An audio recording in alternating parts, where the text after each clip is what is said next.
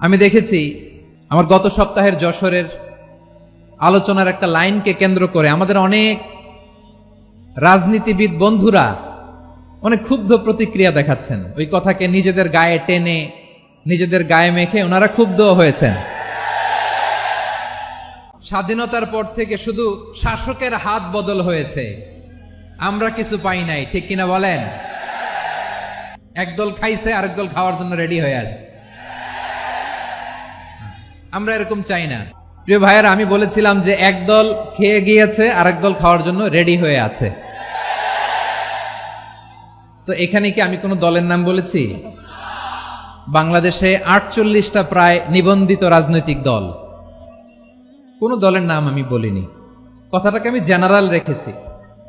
দায়ীদের বৈশিষ্ট্যই এটা, দায়ীরা জেনারেলি কথা বলে, যার যেই মেসেজ নেয়ার তারা সেখান থেকে নিয়ে নেয়।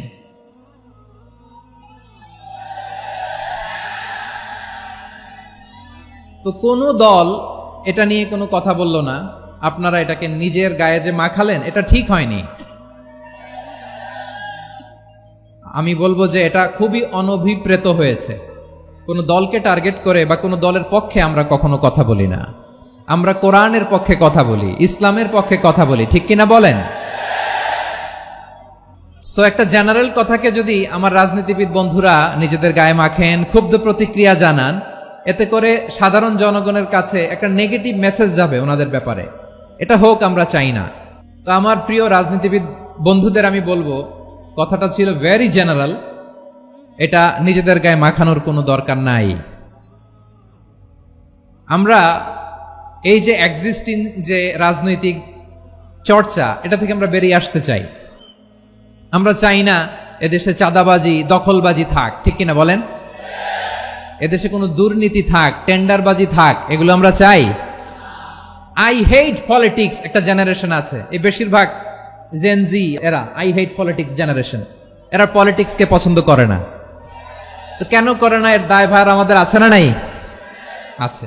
এবং আমরা দেখেছি ক্ষমতার পালাবদল যখন হয়, এক সরকার যায় আরেক সরকার আসে, তখন দুর্নীতির ফিরিস্তি আমরা জানতে পারি, এর আগে জানতে পারি না। প্রতিটা দলের ভেতরেই আমরা এই বাজে চর্চাটা দেখেছি। সো এখন আমাদেরকে শুধরে নেয়ার সময় এসেছে।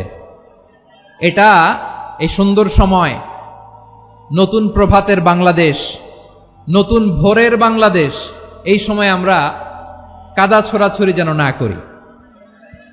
আমাদের শপথ নেয়ার সময় এসেছে। প্রতিটি দল, নিবন্ধিত 48টি, সবগুলো দলের এখন শপথ নেওয়া উচিত যে আমরা কোনোদিন আর চাঁদাবাজি করব না, টেন্ডারবাজি করব না, দখলবাজি করব না।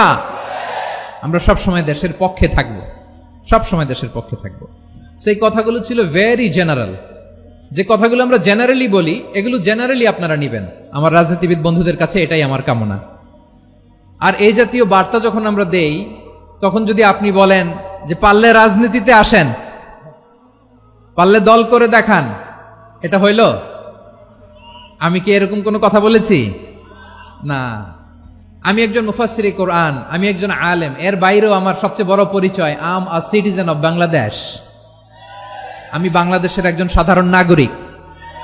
আমার দেশের যে কোনো সমস্যা, যে কোনো ইনকনসিস্টেন্সি, অসঙ্গতি নিয়ে মত প্রকাশের স্বাধীনতা আমার আছে না নাই? আপনারাই তো বাক স্বাধীনতার কথা বলেন, ফ্রিডম অফ স্পিচের কথা বলেন, বাক স্বাধীনতার কথা বলেন। আপনারাই যদি আবার কোন মন্তব্যের কারণে বলেন যে রাজনীতির মাঠে আসেন, দল করেন, দেখি কতটুকু পারেন, এটা ঠিক হবে না। তাই প্রিয় ভাইয়ের, আসুন আমরা দল মত নির্বিশেষে কাঁধে কাঁধ মিলিয়ে সোনার বাংলাদেশ গড়ি, দুর্নীতিমুক্ত বাংলাদেশ গড়ি, যে বাংলাদেশের জন্য রক্ত দিয়েছে আবু সাইদ, যে নতুন ভোরের বাংলাদেশের জন্য রক্ত দিয়েছে মুগ্ধরা, যে নতুন বাংলাদেশের জন্য রক্ত ঝরিয়েছে 24-এর যে গণ অভ্যুত্থানের প্রত্যেকটি শহীদের আওয়াজ করে বলেন ঠিক কিনা? আল্লাহ তাআলা আমার দেশকে তুমি নিরাপদ করো, শান্তিময় করো। আমরা যেন স্বাধীন সার্বভৌম বাংলাদেশে মাথা উঁচু করে বিশ্ব দরবারে দাঁড়াতে পারি। আল্লাহ তুমি তৌফিক দান করো। আওয়াজ করে সবাই পড়ে আমিন।